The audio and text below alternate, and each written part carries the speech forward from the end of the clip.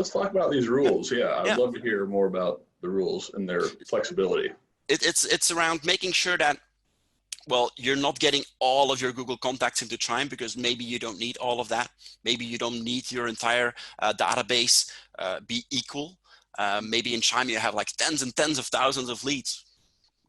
Good on you, but maybe you don't need all those tens of thousands of contacts on your phone. Conversely, I mean, my wife sits in my phone. I don't need her in Chime.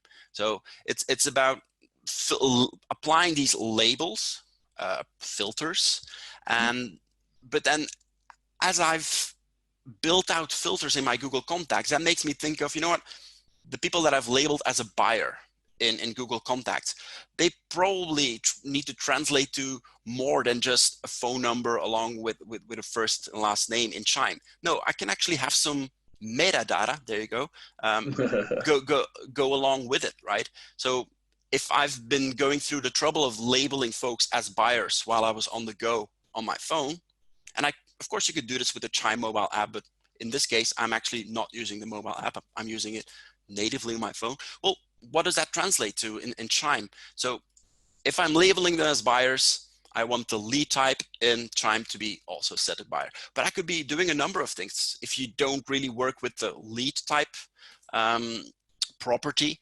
or field, I don't know how you would call them, you could apply tags, add them to groups.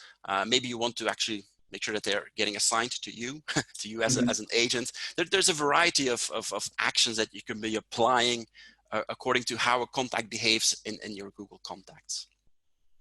How interesting is that? There you go. You can update their pipelines. You can assign the agent. You can assign the tags. All of that directly from the get-go.